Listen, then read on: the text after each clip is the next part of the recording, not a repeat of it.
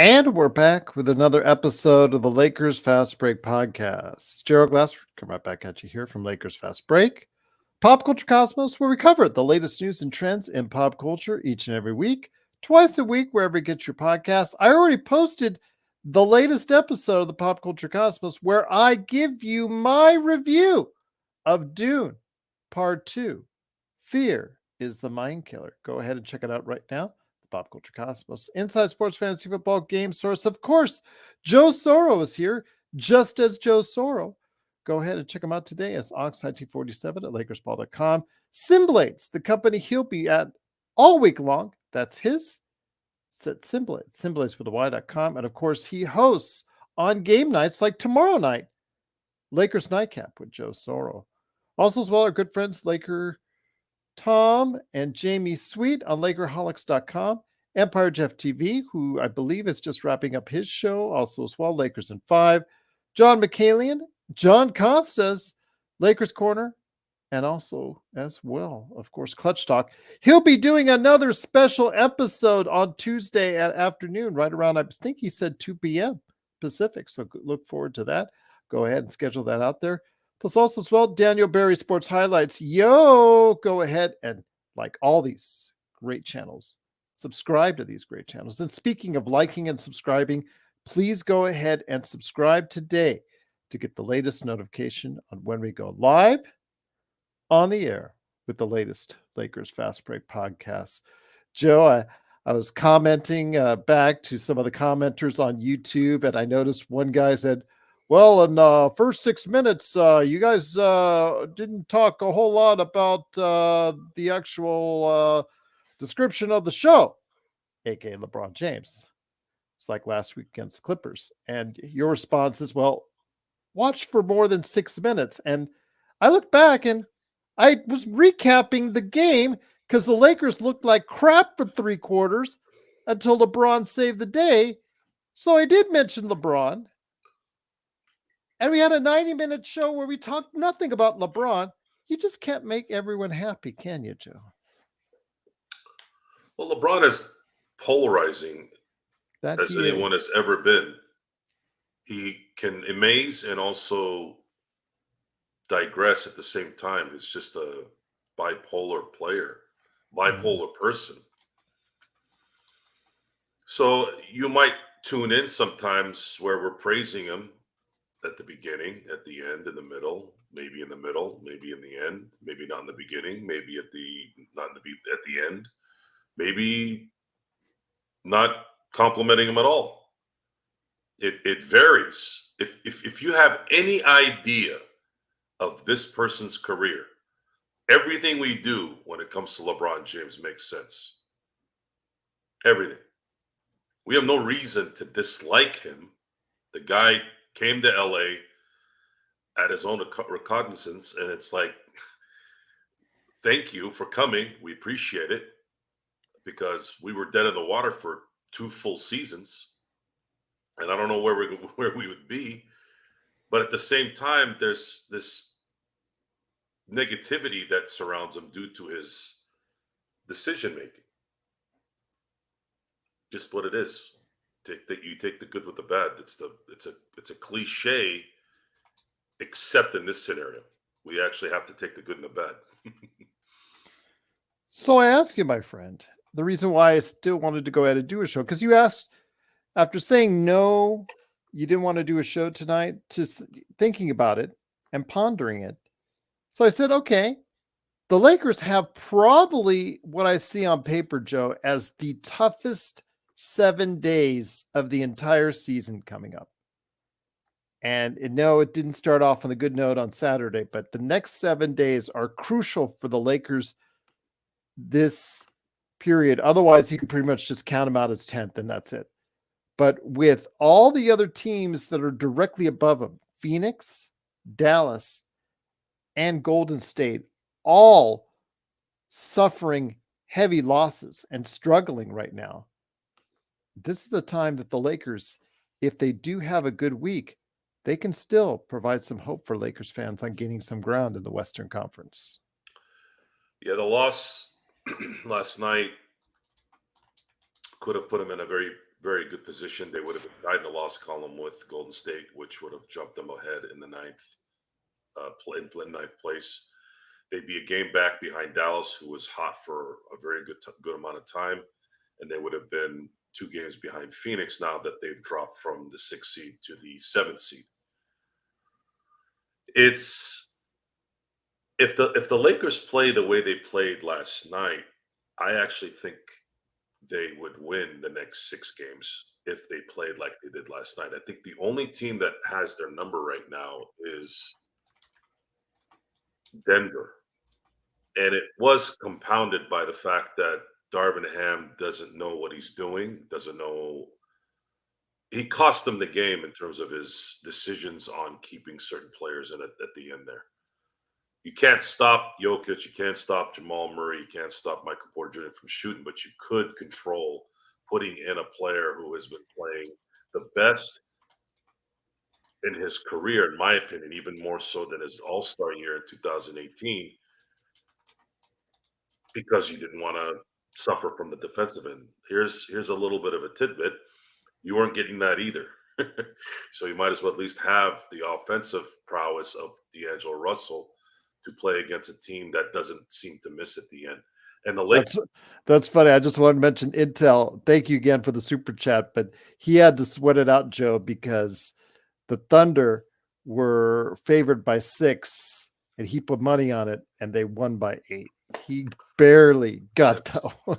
these guys know these bookies, man. They know how this works. I'm telling you, I've been in that position here in Vegas at the sports books, and man, you are sweating it out, man. Especially if you put some good money on it.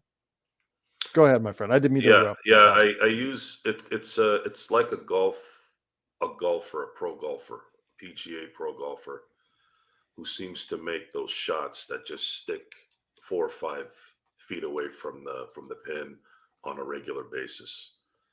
After a while, you just become an amazing shot maker, and these guys call these games as good as you can call them, and that's why they're pros. And if you can figure out the intricacies as a participant in that world, that then you can do pretty well for yourself.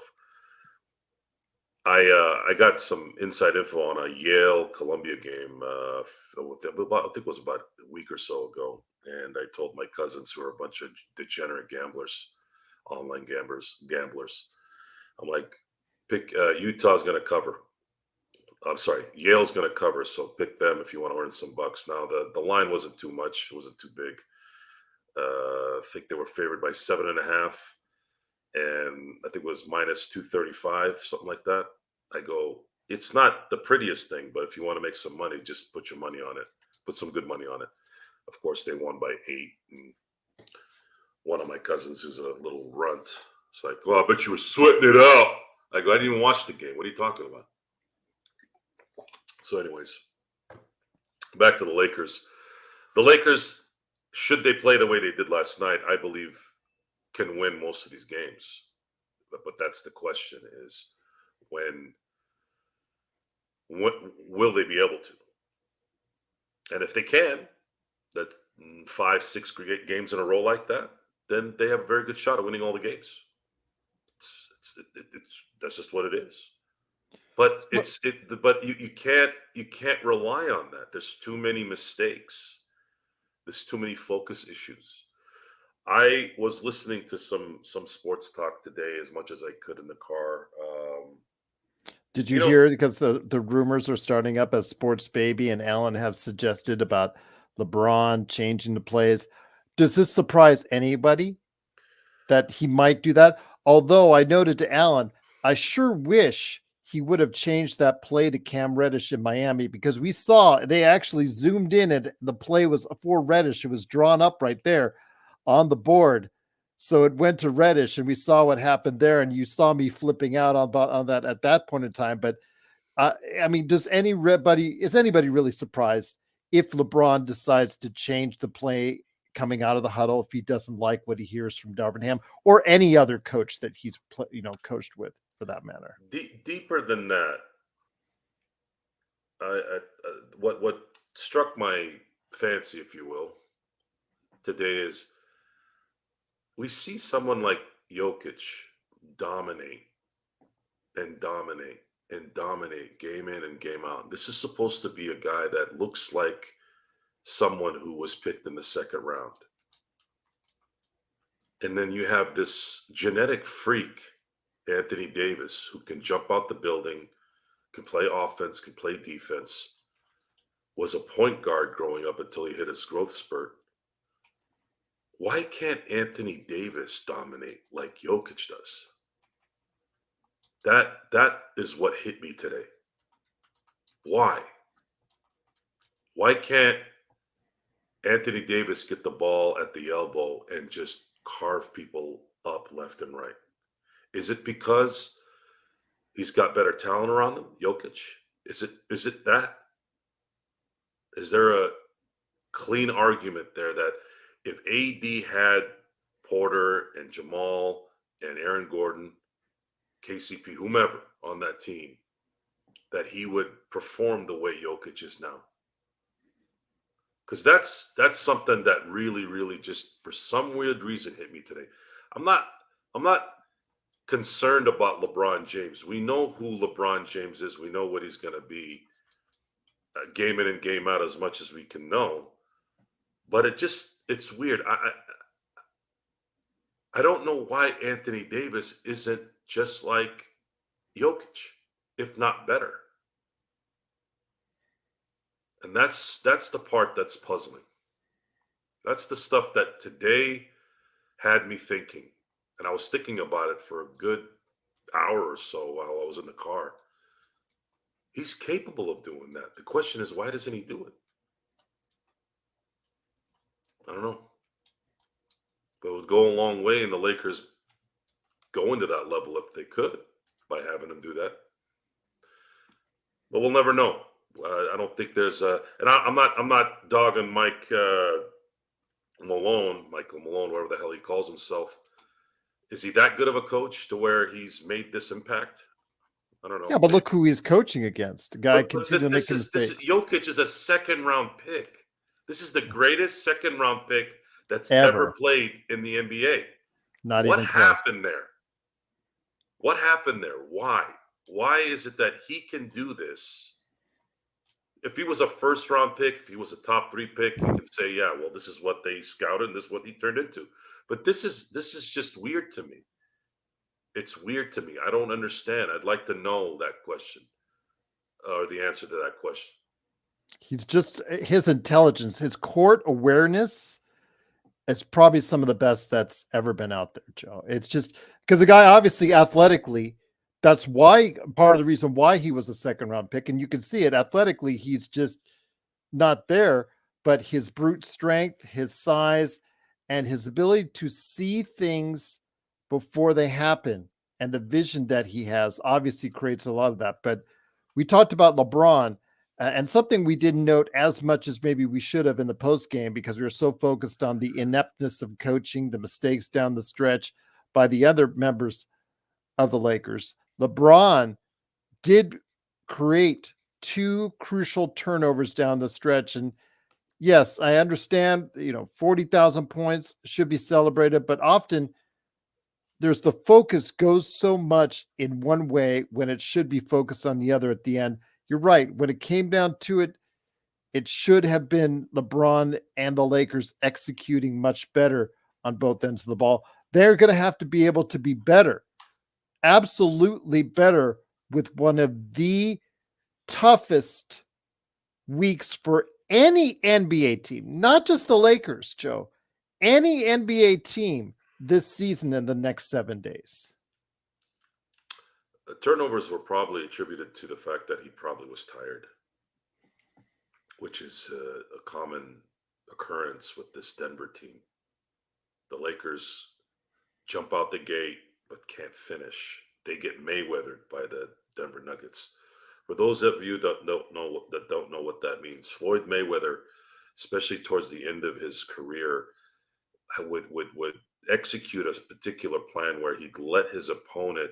I don't think he punched them out, but he would give him this false sense of security in combination of him kind of gauging how their game plan is. And then once the third or fourth round would come in, he's figured them out. He could see the speed, the angles, all that, whatever it is, and then just start pouncing on them for the remaining 8 rounds.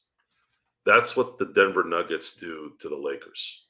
They know they're going to tire out LeBron. They know that AD can only really play dominant ball at one side at a time. He can't do both. He doesn't seem to have the energy to do both. And maybe that's why. Maybe that's why we can never see that AD where he could just completely dominate because he's too busy doing other things. Whereas Jokic is focused more on offense than he is on defense. And because he's so big, he can play defense kind of just being there. Shaq used to play defense like that. Although I thought Shaq's defense was very underrated for a good 5 years with the Lakers. But a lot of it is the fact that he is big enough. And of course, Shaq had amazing footwork too to help. Where if he did run into a particular guard or forward that was trying to juke him, because he was big and the fact that Shaq did have amazing agility, he could sometimes stay ahead of those guys. But that's the situation that the Lakers are in. They have no depth really, other than the 5 starters they have. And if one little mistake is made by the coaching rotation, or if there's a person that's in foul trouble or has fouled out, the Lakers really don't have anyone to rely on off the bench that could cover anybody at the moment. And that's something Denver doesn't have to worry about.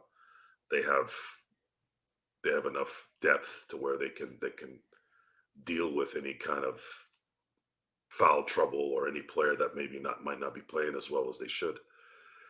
And I think it's also mental. It's mental. It's being tired. It's frustration. It's a lot of things. If I'm talking to the Lakers today, I'm telling them, play like you did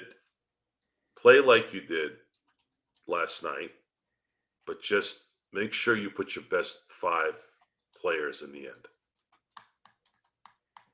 Make sure you play your best 5. And your best 5 are your starters. Go with what brought you there.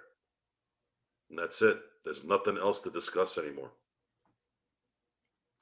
Once again, it is the Lakers Fast Break. It is Joe Soro along with me, Gerald Glassford. Thanks so much for watching this thing. Truly appreciate it.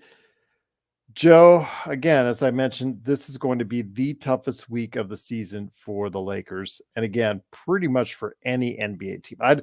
If you include the Denver Nuggets, this is probably one of the toughest stretches for NBA teams, for any NBA team that's out there. But the Lakers, they have it all at home in the next 7 days. So that's the good thing. Do you think they're going to be able to capitalize on these home games and probably, and hopefully, I should say, gain some ground on the teams like with Golden State? They're reeling after that 50-point plus loss at Boston earlier today. Phoenix has been miserable outside of their victory over the Lakers. Same thing goes for Dallas. Dallas has been struggling as well. They can catch up with these teams if they have a really good week, my friend. If they play like they did last night and just make sure they have the 5 best players on there, yeah. If they play like they did last night for the next 3 games, I could see them going 3-0. They're playing at home. They have a better record at home than they do on the road. They're 21-10. It's not a bad home record. I think it's actually pretty good considering the situation. And they're 1 game behind Golden State. They're 2 games behind Dallas. They could get on a run here, and their focus has to be on trying to get that at least the 7th seed so they can guarantee themselves a playoff spot. Otherwise, they're going to risk playing 2 very, very risky games. That's funny because Frank is in there. He's a Dallas fan, and he's got some pretty bad choice things to say about Jason Kidd. And I was telling Frank I was going to let him know, and I just put in the chat, it's a dead heat between him and you know what? I would put Kidd just a smidgen higher right now than Darvin Ham. But then again, probably Frank sees it the other way around. So I wouldn't blame him either way. When you're that bad at coaching, from what we're seeing, yeah, it's not a good choice, my friend. Not a good choice. So what is Jason Kidd doing that's so bad? What's your opinion on that? I can tell, for me, the reliance on THJ, Tim Hardaway Jr., is their version of Torian Prince. I think the fact that he is utilized and favored so prominently in their rotation at crucial times irritates the bleep out of Dallas fans. And I'm pretty sure that Frank will probably concur with me on that. Just like the Dwight Powell, I understand they now have enough 7-footers to go ahead and make sure they don't play Powell very much. But yes, it's like they kept on playing Dwight Powell, kept on bringing back Dwight Powell. Dwight Powell, kept finding his way into the rotation, kept irritating Dallas fans to the T. But I would probably say starting with that. But it's also the fact that, Dallas has played pretty good defense since the turn of the calendar statistically, yet somehow they are not finding enough offense outside of Luka and, of course, Kyrie to get it done. They're still losing despite the fact they're playing decent defense. Would you say that their team is pretty top heavy? That's a good question. I did like some of the things that they've done to add, as far as the additions they made. Obviously, getting Derek Lively Jr., I think he's going to be a pretty good center. You've said he's going to be a pretty good center as well going forward. I liked the addition of Gafford to build some depth. They have players that are coming back, off of injury that have helped them out. Yeah, but for still the most part, you're right. It still centers around two players that need the ball constantly in their hands. So you acquired PJ Washington, you acquired Daniel Gafford so that you could infuse some kind of talent on this team. The issue is a lot of these guys play the same position or the same, they're the same dynamic in this particular offense.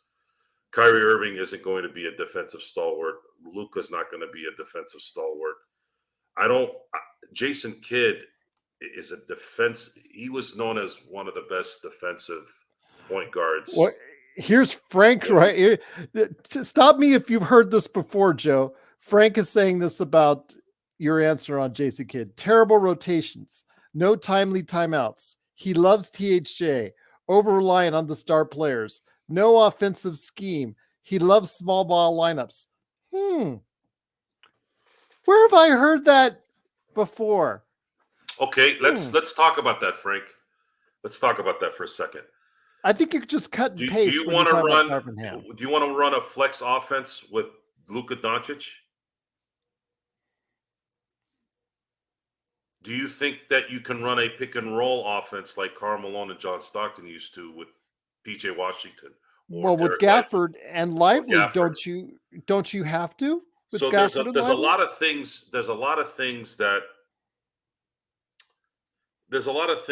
incorporate here. The league doesn't allow, the league rules, the league culture doesn't allow you to do any fundamental basketball, it seems, these days. It's very, very difficult because all teams do now is shoot threes. So if you go and you run a 22-second offense, you are going to get 2 points, and then the other team is going to go down the court, shoot a three in 10 seconds, and they just beat you for the last 32 seconds of basketball. Then just kind of keep adding that as the game goes on. That's what the game has been. That's what the game has created. We're complaining about certain things, but maybe it's not. Maybe we're complaining in the wrong way. What is it that's going to stop this particular culture of basketball? It's not going to be run a pick and roll, run a flex, try to get the ball down low, milk the clock until you get to 4 or 5 seconds, and then try to attempt a shot down in the paint close to the basket. Those days are gone. So for guys like Jason Kidd, guys like Darvin Ham, who played in that era, how are they going to teach this new era that? How are they going to teach a bunch of players who make about 40 or $50 million more than they do? It's a lot of questions. I'm glad you said that, Frank, because now I'm starting to feel like we're not alone.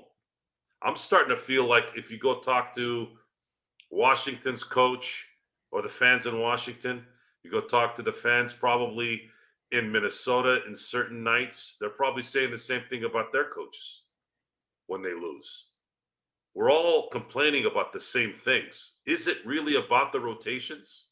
Is it really about what offense they need to run? Why I got angry last night was, why didn't you have your best player in there? Because you were experimenting, or you thought that this other player who hadn't played in 2 months, all of a sudden in just a few games was going to be able to cover Jamal Murray. No one can cover Jamal Murray. But you know what's cool about having D'Angelo Russell in there? That means Jamal Murray has to cover D'Angelo. Now his energy level is going to be a little different at the end of games. Maybe not.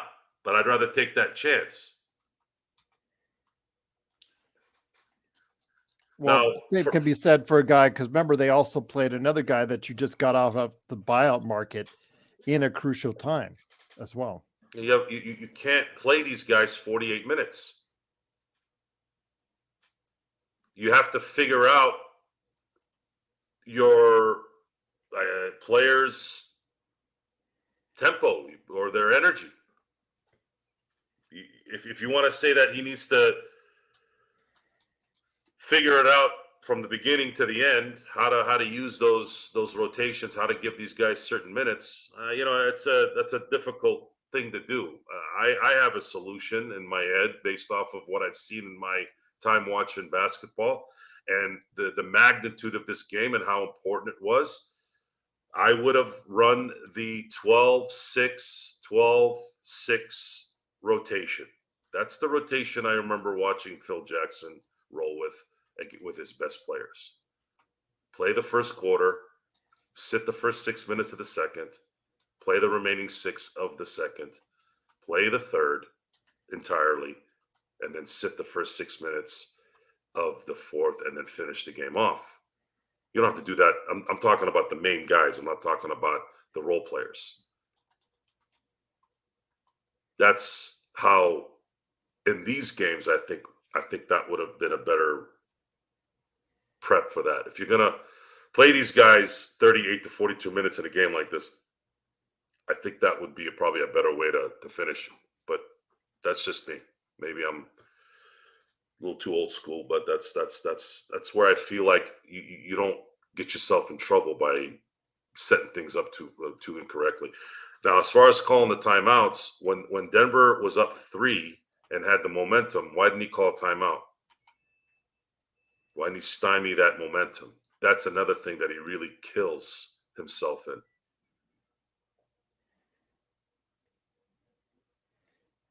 It's a wonder. Is this difficult to do?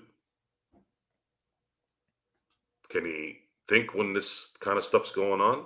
Because you got that even quicker than I did as far as calling that timeout. Hell, You're right. Hell, I remember Phil Jackson in Game 7 in 2002 against the Sacramento Kings. He was calling timeouts after he turned to Rick Carlisle in that game, the beginning.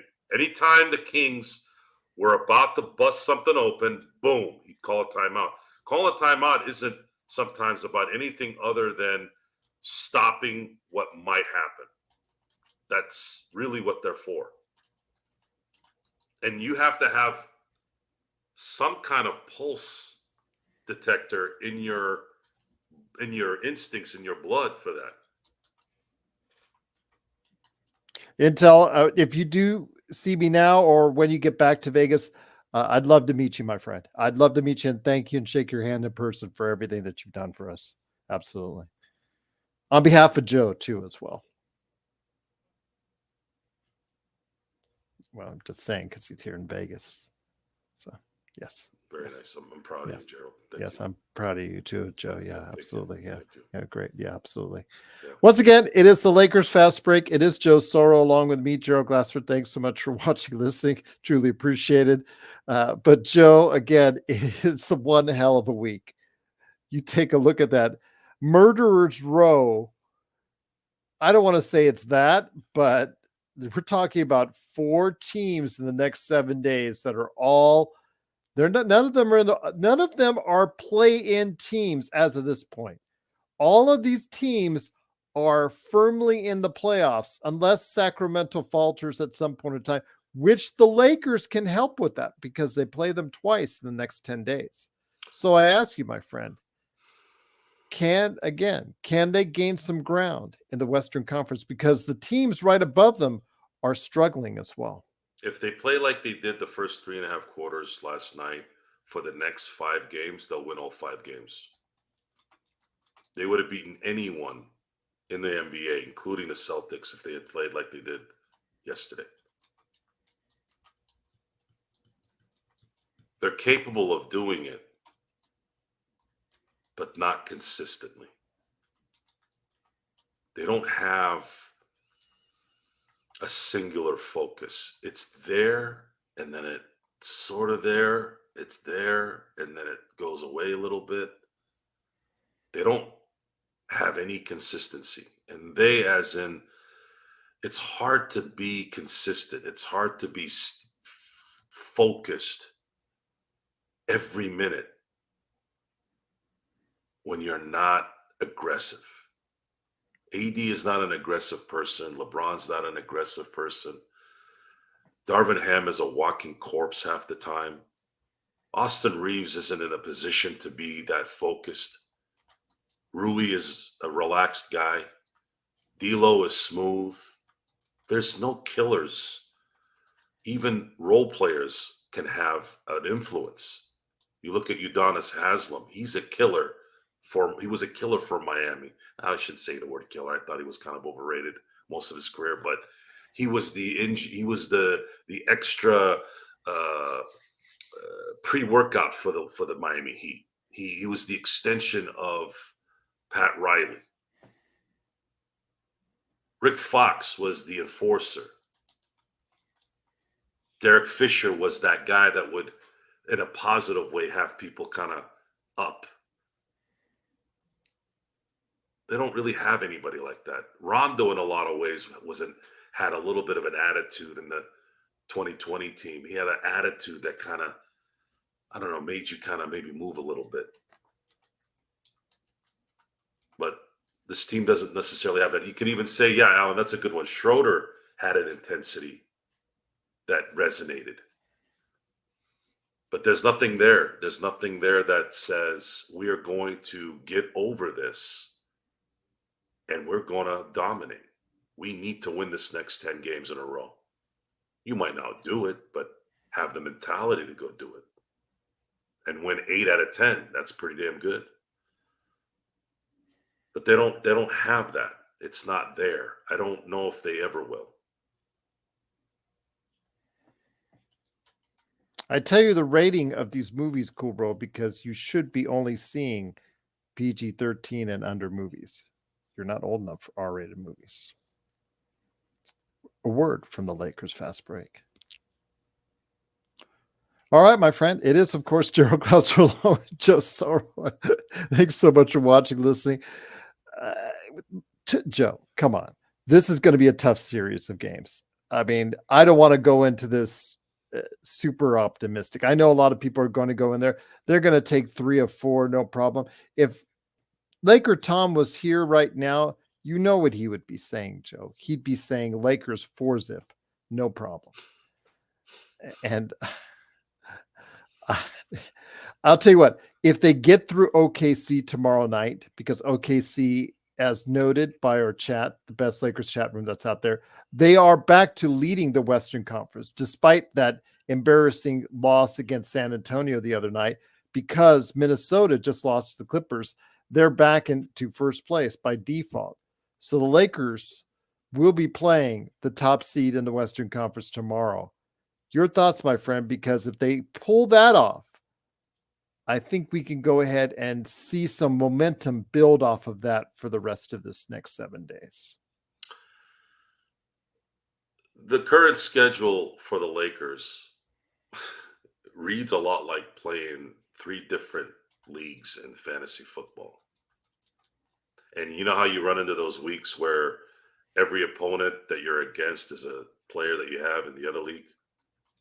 So you have to cheer sort of for those players. So if you beat Oklahoma City tomorrow, they get out of the first seed again. Why is that relevant? Well, if the Lakers are to have any chance in the first round, their best chance probably is playing a team like Oklahoma City in the first round as an 8 seed. That's where they sit at the moment. They sit at the 10 seed, and they're not going to be below that because the team below them is, I believe, 4.5 games and below them in the loss column. The Lakers are going to make the play-in, and they're looking like they're going to probably stay in a 10 spot if they continue to play win 1, lose 1, win 2, lose 1 scenario. So that means you have to win 2 games to earn the 8th seed. And if you play Oklahoma City, let's say, as a first seed, you might feel a little bit better of having an upset there. Unless, of course, Denver decides that they want to win the next 6, 7 games and they capture the 1 seed. Then you're going to have to face Denver in the first round, which will likely be at least probably a 4 or 5 game series. So it's a very, very confusing time right now for the Lakers. They have to play Minnesota. They have to play Oklahoma City. They have to win those games. And in that moment, they're going to eliminate their chances of winning in the first round, because if they do beat Minnesota, if they do beat Oklahoma City, which are 2 teams that they would have a little bit more of a shot to beat in the first round than Denver, you have to beat them, and then that's going to drop them down and allow Denver to go up. So the Lakers are just not in a good spot in so many ways. The Lakers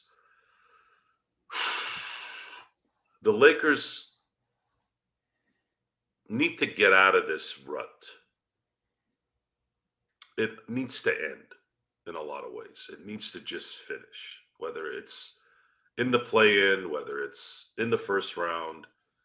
And this management and this executive group and these players need to really, really, really look at themselves in the mirror and go, what do we want this to be here the rest of the way?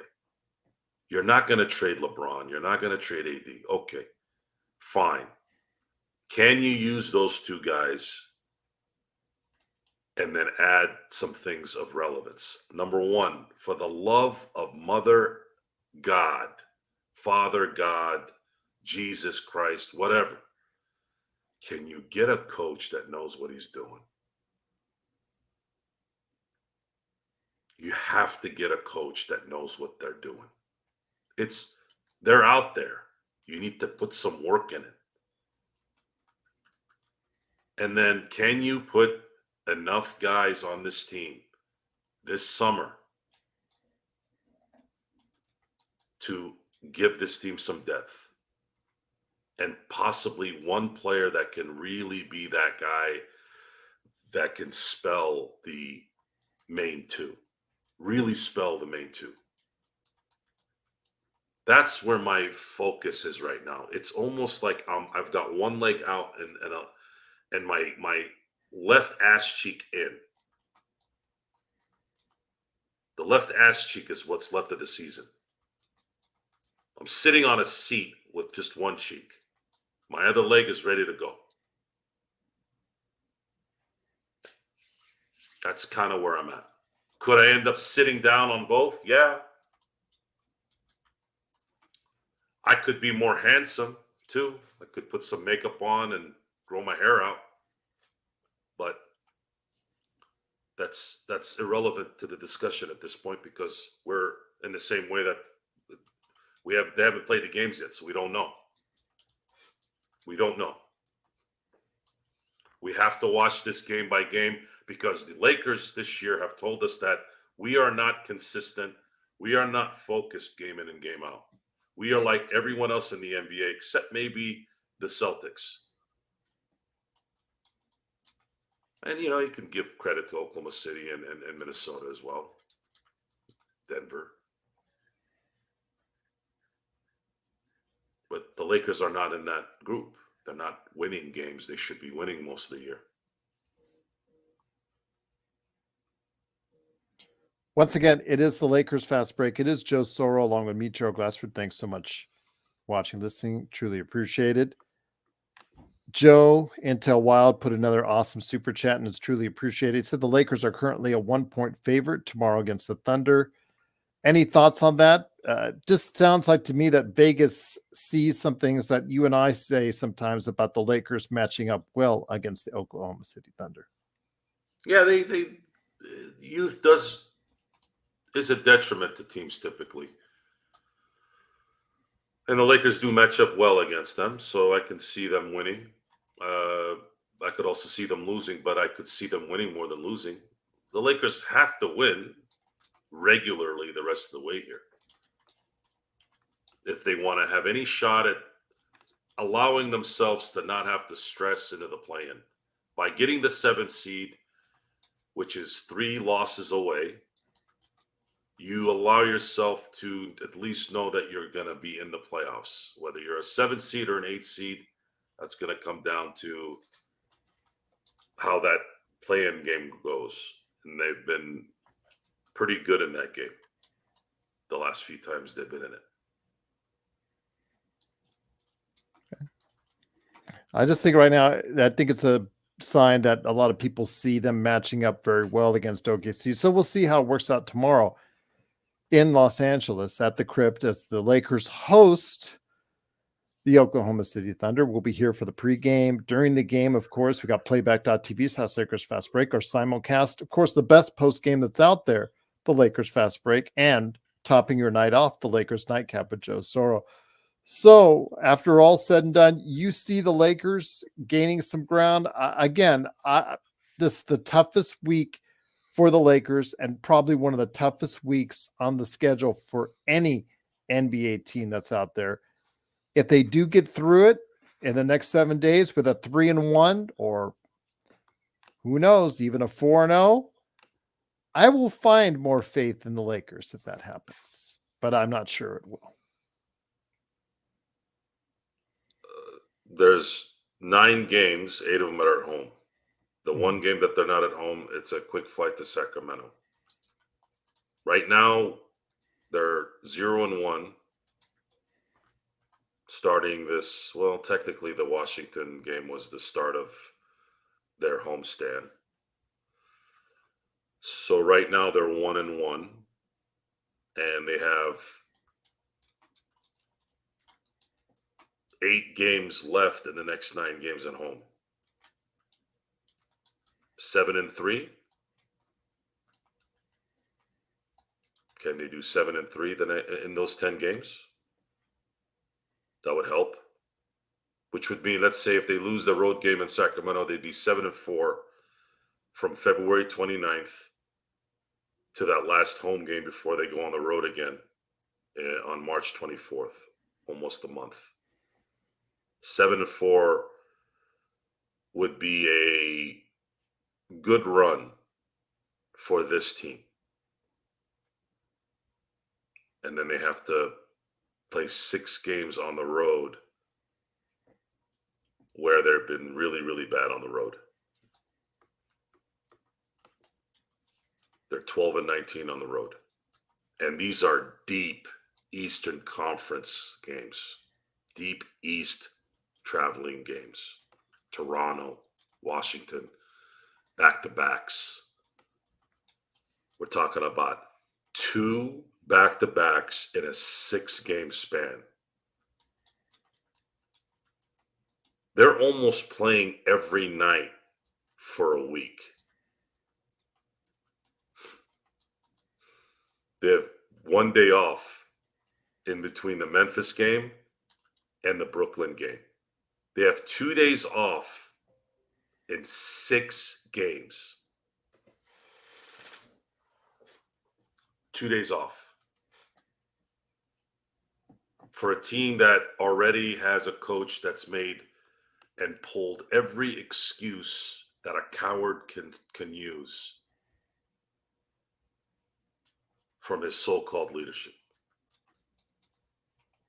And that's where all this lies at the end. Your mouth, 99% of the time, will tell someone who they are.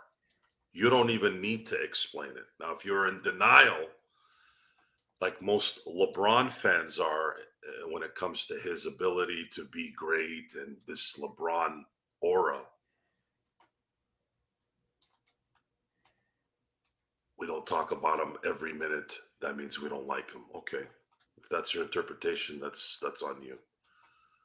But Darvin Ham has verbal diarrhea on tap that tells you already who he really is and what his capabilities are. I have never seen a coach make this many excuses in my life. Coaches are supposed to tell their players, stop making excuses. This numbskull has an excuse almost every post press conference. That's what losers, that's a loser mentality. That's a leaderless bum. Imagine that guy in a battle. Well, there were trees there. That's why they got shot. We didn't see him. Really? That's your excuse on why people didn't make it? I told you I would have fired him. I would have fired him probably in December. I would have. I would have rather have dealt with Doc Rivers' inability to close out games in the playoffs. At least Doc Rivers doesn't sugarcoat stuff. They asked him about James Harden, Philly, and he laid the smackdown on it. And guess what? He was right. That's true. So it's not. It's everything points to that. In the end, your head coach speaks like a coward. This is a grown man, supposedly from an era that had the real men, which is complete bullcrap. Real men. What does that even mean? What does 20 years ago have to do with now? Why can't you do the basics now? At least, like not make excuses. What, did TikTok tell you can't do that? Where they didn't, that wasn't around 20 years ago? What is that?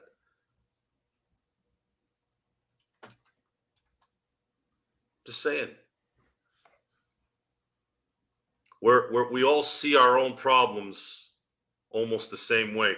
I've watched telecasts where one fan base is saying, this announcer is against us. And then on the other team, the same fan there is saying the same thing. Well, which one is it? It can't be both. So maybe it's you. But in Darvin Ham's case, it's not. It's not you. It's not I. It's not anybody in the chat. It's him. He's the one talking. He's the one making excuses.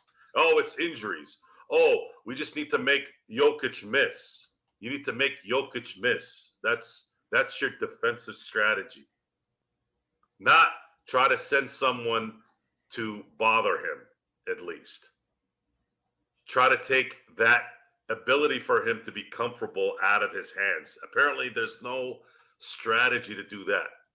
Maybe funnel the ball to someone like Aaron Gordon at the 3, kind of like how they use us, the Laker team. I'm saying us as in if I was Darvin Ham. How about how come they can always funnel the ball to a Cam Reddish in the corner or a Taurean Prince in the corner? Where did you just learn how to coach yesterday, or did you even learn how to coach? You think that they don't do this? You don't think they plan it? Set the defense up so that this guy gets the ball over there. Why can't you at least give Jokic, at least make it a little difficult for him instead of saying, well, we hope he misses?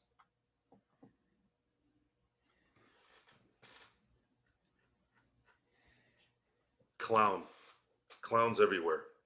And they're not in the circus. If it was a circus, it'd be a different case. Once again, it is the Lakers Fast Break. It is Joe Soro along with me, Joe Glassford. Thanks so much for watching this. And don't forget, tomorrow, again, full day for you as the Lakers face off against the Oklahoma City Thunder. Pre-game, during the game, as far as, of course, our simulcast on playback.tv, Lakers Fast Break, and, of course, YouTube and Facebook. The post-game, no one does it better than us, the Lakers Fast Break. And then the show that there's like this cult following that you have, Joe. This following of people, hopefully it gets larger and larger. It's starting to grow a little bit more. It is the Lakers Nightcap crowd for Lakers Nightcap tomorrow night. So I'm looking forward to hearing what you have to say on the Nightcap as well. But before we head on out, my friend, LeBron James hitting 40,000 points. Again, all the focus and attention from the media was on that. But down the stretch, again, you said he was fatigued, and that could be the case. After making those mistakes, it's just a litany of errors that a team like the Lakers makes. Again, I know a lot of people say, oh yeah, the Lakers record, it's not justified or it's not representative of who the team actually is. I disagree. I think this season, from what I've seen, it has definitely justified their record. One step forward, two steps back every single time. The ability to make mistakes down the stretch, poor coaching decisions, turnovers, getting out rebounded again, Joe, on the boards, especially offensive. These are things that teams like the Lakers in the current position that they're in constantly make.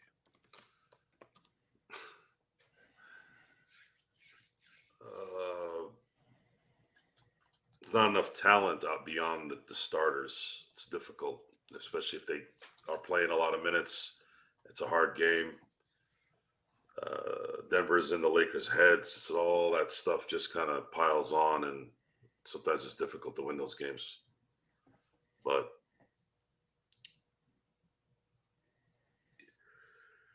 I just don't think, I don't think there's a remedy this year as long as the leadership is what it is. And if there's a switch that can be turned on that we don't know about, at least we're going to find out here in the next month. It's been a long year. November, December, January, February, and now we're at March. So if they're going to turn the switch, if Darvin Ham's going to turn into some coach that knows what he's doing within the next month, we're going to find out. If not, there's two ways this goes, folks. There's two ways that this will likely go. Number one, they don't make it out of the play-in. Number two, they don't make it out of the first round.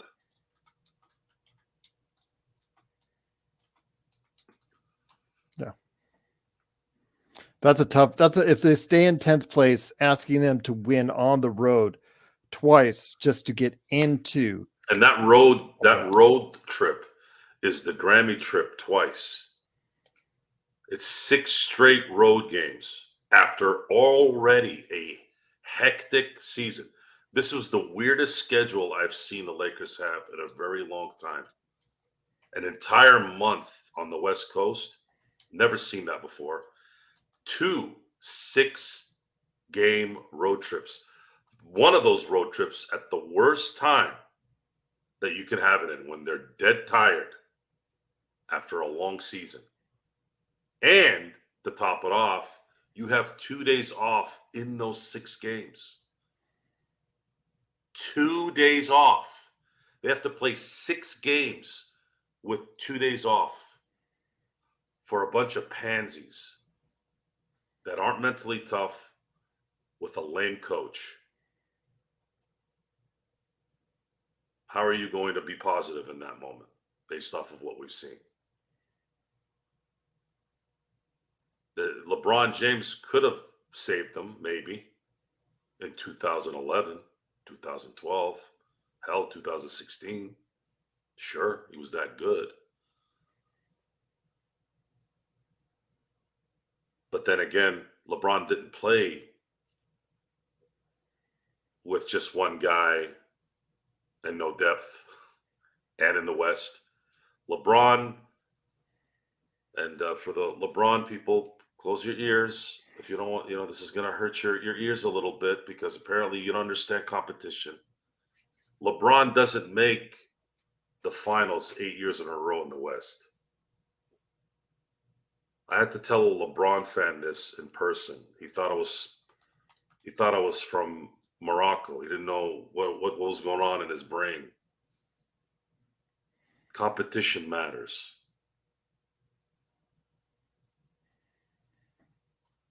Competition matters. That's why it's harder in the West. And it always has been. It has been since 1999. When Michael Jordan retired, the real retirement, 1998, that was the last time the East mattered. Sure, they've won championships since, but I never really saw an East team dominate from beginning to end in any year since then. I never looked at an East team and said, "Oh yeah, this team is going to go all the way." Even that 2012 Miami Heat team, they were down 3-2 against the Celtics.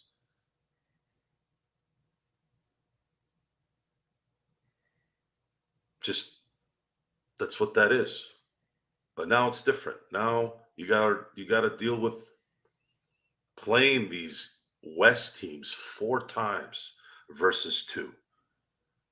And you only have to play them once on the road versus 2.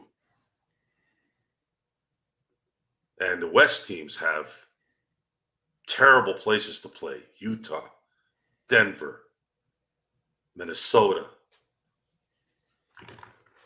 Places you don't want to go. Granted, I know Cleveland is a bad place. Detroit can be a bad place as well. But we're talking about teams that are good. So, my friend, the mission set out for the next 7 days. Thunder tomorrow, Kings 2 days later, topped off by a Friday tilt against the Bucks on ESPN. And then, oh, by the way, a week from today against the Timberwolves on ESPN as well. So the task is small, my friend. I'm caught between whether I want the Lakers to make the playoffs or not. Unfortunately, well, they're not going to. They are going to make the play-in at least. Play-in is not the playoffs. The issue right now is if they don't make the playoffs, I have a good feeling that even though this draft class isn't as good, I still feel like New Orleans. I use the comparison to it's better to have a bird in hand than 2 in the bush. New Orleans is going to take that pick. It's a lottery pick. I would take it. And maybe it's a good thing because maybe the Lakers will botch that again. So many mistakes, so many bad decisions, just a terribly run season. And I started the year saying, well, Rob and Jeannie did everything right. They signed everyone. Everyone should be focused. Everyone should be thankful for getting their contracts. AR, Rui, AD got his extension. You brought in Gabe Vincent, who was an integral part of the Miami run until the finals. Well, I'm just a fan. I'm not there scouting these guys. I was trying to support that. Hey, looks like they did everything right. It's not going to be their fault. And really, it's not in a lot of ways until you realize, well, maybe it is. Maybe it is. Maybe their decisions are just not good. I was looking at it from more of a business decision standpoint. The players couldn't come back and say, hey, these guys didn't take care of us. If there's one thing that you can't knock the Lakers ever on is they take care of their players. And they did that. But the problem is they took care of the wrong ones most of the time. We talked about it. In fact, our commenters after the fact also commented on what could have been as far as the Lakers lineup and a Lakers rotation as opposed to what we have right now. And yeah, I mean, I guess the more you think about it, the more you reflect on it, the more painful it is. So all we can do is just look forward to the next 7 days to see what the Lakers can do. But it does start tomorrow against Oklahoma City. We'll be here, of course, doing the pregame, during the game, playback.tv/ Lakers Fast Break, the post game, and of course, Lakers Nightcap with Joe Soro indeed. But Joe, my friend, actually, JSJ says Lakers Fast Break. Do you think Ham will get fired either way? He better. I'm not 100% sure they will fire him. I would be in shock if he's the coach next year. They do have 2 years left on his contract. I don't give a damn what they have. You got to get rid of him. I didn't say Now I'm agreeing with you that they should, but whether or not they will, consider the fact I just spoke of poor decision making by the organization in the recent years. Yeah, you'll forgive me if I'm more worried. Are they capable of finding the right coach? Okay. When was the last time the Laker organization went out and hired the right coach? Phil Jackson? Yeah. And that was a guy that Vogel, I thought, was a good choice, but you see how they treated him his entire stay. Vogel was the third choice. That's why I'm not counting him. That wasn't even them. That was them falling back. Well, I get that. I understand he was the third choice. I know the story. And that's the ultimate hilarity in this. Their third choice was the best out of the three. Yeah. But there's those who will argue. But they didn't give him a fair shake. So Ty Lue apparently was is this messiah of a coach, which I still don't understand to this day. Monty Williams, just seeing Monty Williams in 3 stints not do well. At least not do what he's been touted to be. There's this, what I call Mike Tomlinitis in sports sometimes. There's a certain faction that wants someone to be successful so bad that they'll manifest something for this particular person to be good when they're not. I wish you would stop doing that. I wish people would stop doing that because the results don't say so. Stop manipulating your brain into thinking something that's not going on. Well, Intel Wild. I got into an argument with a guy today. Okay. About Stephen A. Smith. I'm not going to go into the details too much because I don't want this to turn into something outside sports. But Stephen A. Smith gets called certain things sometimes that are not true. Yes, he's loud. Yes, he's obnoxious. You have an opinion on that. You're warranted on that one. But he got criticized because apparently he's harder on particular players than other players. And this guy called him out on it. I said, what the hell are you talking about when there's a certain demographic in this league at an 80% clip? It's how is it not going to be that? You manifest these things and you create this lie in your head that this is the reason why. It's not. It's sheer numbers. It's sheer numbers that plays out. 8 out of every 10 player in this league is a certain faction. So it's bound to happen 80% of the time. But you'll manifest it into this, this is what's going on. Just like, I'll use Mike Tomlin as an example. He hasn't had a losing season ever. He's won 3 playoff games in 13 years. And he had good players. So you twist it's kind of like a politician. Oh, we have the greatest economy this month based off of this. Or they'll say, we had more job hirings this year than ever. You look at the job hirings and they're all minimum wage jobs. People are still broke. But you can make it sound good. Hey, we had 1 million jobs this year or this month. Stop trying to manipulate what's not there. Stop. Just stop doing it. Bill Parcells, you are what you are. And right now, the Lakers are teetering on mediocrity. A little bit better today than they were maybe a week ago, 2 weeks ago. But they are a mediocre team. They are a play-in team when they shouldn't be. They should be much better than they are. You have 2 of your 5 starters that are perennial all-stars.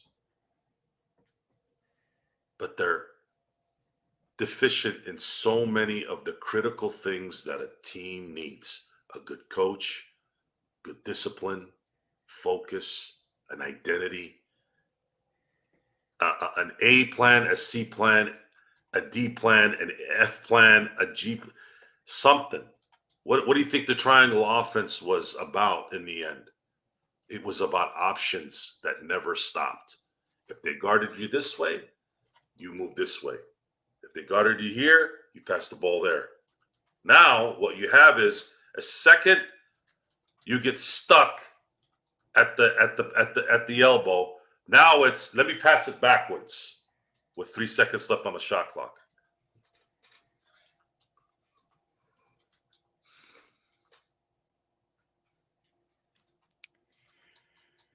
Yep. But we'll definitely see what happens. But it is the Lakers starting their really tough 7-day stretch against the Oklahoma City Thunder. Joe, it's got to start tomorrow.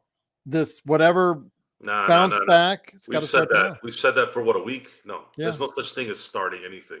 There is no start. This is it. This is what's going on right now. It's already started. You play like you did last night for 6 games in a row, you have a very good shot at winning those games. However, do you have the energy and the focus to do that? Are you going to get burnt out after 6 games and then lose the next 3? This is who they are. Win 2, lose 1, win 1, lose 1, win 3, maybe if it's against lackluster teams, then lose 1, then lose 2 in a row, then win 2 in a row, then lose 1, then win 1, then lose 1. This is what they've been doing all year. And if they do that the rest of the year, they're going to be in a play-in. They're going to likely be, at best, a 9 seed, let's say, if the Warriors collapse, which that's probably the only team out of the top 10 that's left that has a chance of collapsing, because there's something very fragile about that team. There's something very fragile there that's just not working. Dallas, they have Luka. He's a freak.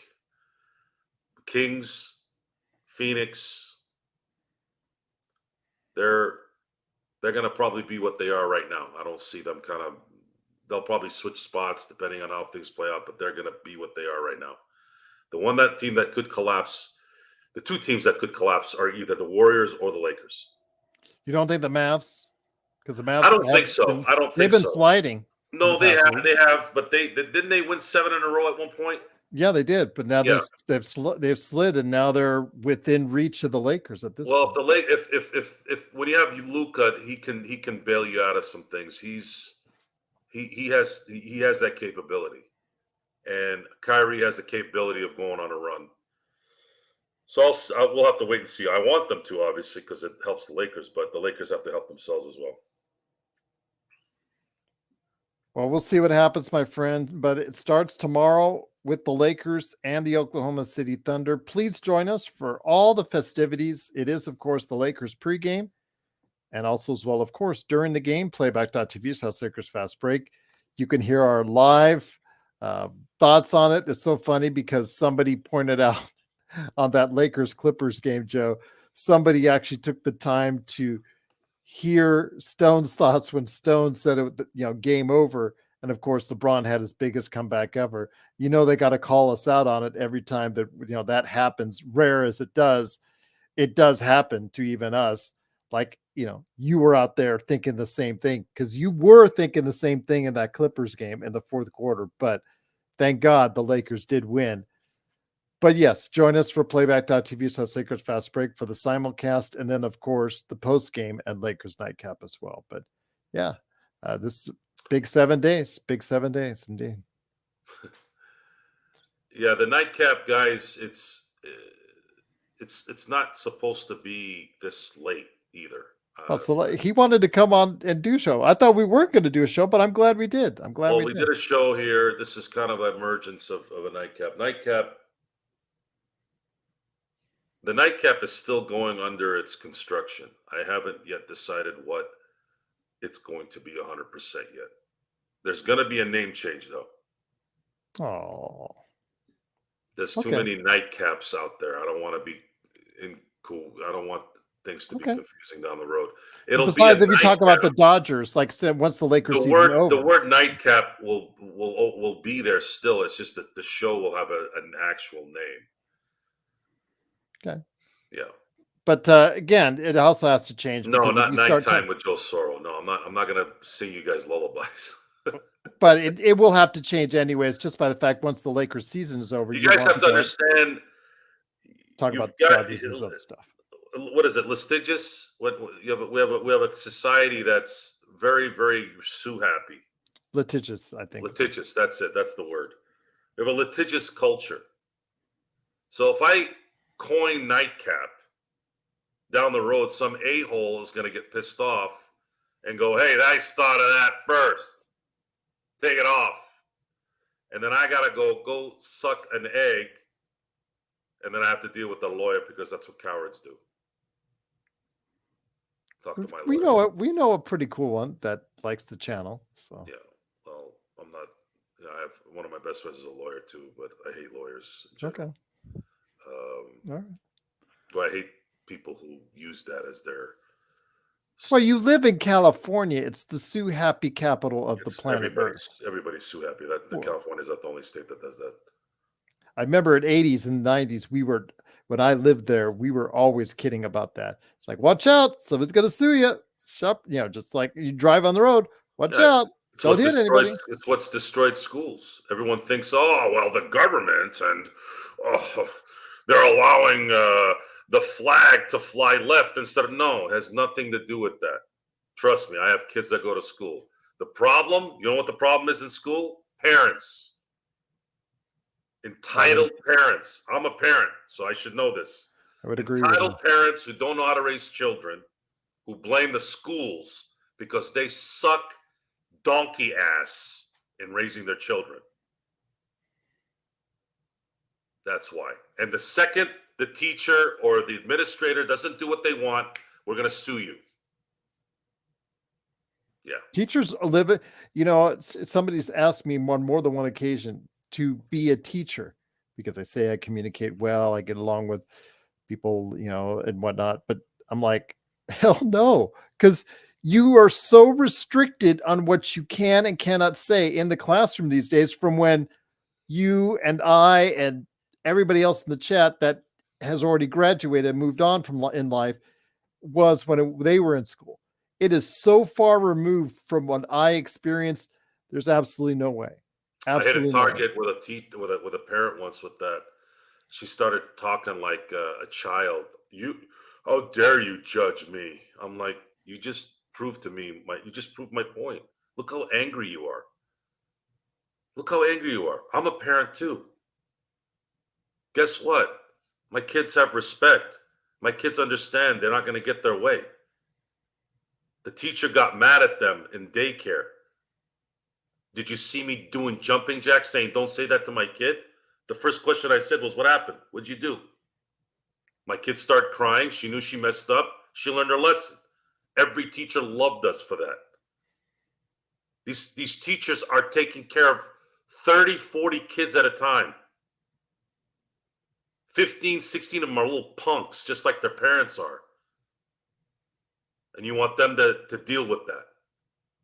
You know what my dad used to say when I used to come home and say the teacher didn't like me? He goes, "What did you do?" I go, "I didn't do anything." He goes, "What did you do?" He goes, "Your teacher's not going to just not like you for no reason. That doesn't make any sense. I'm not going to listen to this." Kids are stupid. That's the time to be stupid, is when you're a kid. You don't know enough. You're a kid. So to think that some teacher doesn't like you, sure, there's the exceptions. But why is this teacher going to pick you out of the thing and say whatever? And by the way, who cares? That's the other part. That's the other part. So someone doesn't like you. Deal with it. Learn right now. That's how you deal with it. It's resonated from schools to the workplace, sports, all that stuff. It does. No. Toughen up. Grow some nuts. That includes girls too, figuratively. Stop being a baby. And parents, if you can't raise your children, put them up for adoption and let somebody that knows what the hell they're doing teach them what's right and wrong. Because I've talked to enough teachers, believe me, and I know there's some out there that stink, but most of them don't stink, especially nowadays. Anybody that wants to be a teacher now, it's like trying to be a cop now. It's an impossible job. Yeah, I agree. That's exactly why I said no. It's like, And I don't want that. I don't want that stress. I was, we grew up not liking cops, but we didn't like cops for normal reasons, because they always gave us tickets when we were speeding and parking the wrong way. It was normal stuff why we didn't like cops. I didn't say I didn't like cops because they were existing. I'm just saying, it's, take some responsibility for your shittiness for once. But it is the Lakers Fast Break. Thanks so much for joining us. Truly appreciate you doing so. Joe, great to have you here. Glad we got a chance to go ahead and connect with the audience again. Hopefully we were able to provide some clarity as the Lakers head into, again, as I said before, and I'll stress it again, one of the toughest weeks for any NBA team the next 7 days. You thinking 3-1, 2-2 over the next four games?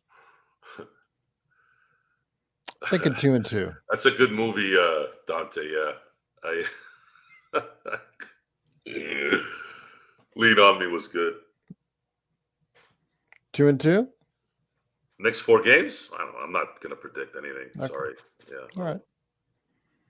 Just Fair win enough. Tomorrow. We'll deal with it tomorrow first. And we'll talk about it tomorrow as only we can, with, of course, the pregame, during the game, post-game, and Lakers nightcap. So join us for a great schedule tomorrow as the Lakers play against the Oklahoma City Thunder. And we'll see what happens. Intel, congratulations again. Hopefully when you're here now in Vegas, or when you come back, you come by and let me know. I'll come out there and see you. Just hit me up on an email, LakersFastBreak@yahoo.com. Would love to go ahead and meet you, and thank you for everything that you've done for us here at the Lakers Fast Break. So for Joe Soro, it's Gerald Glass.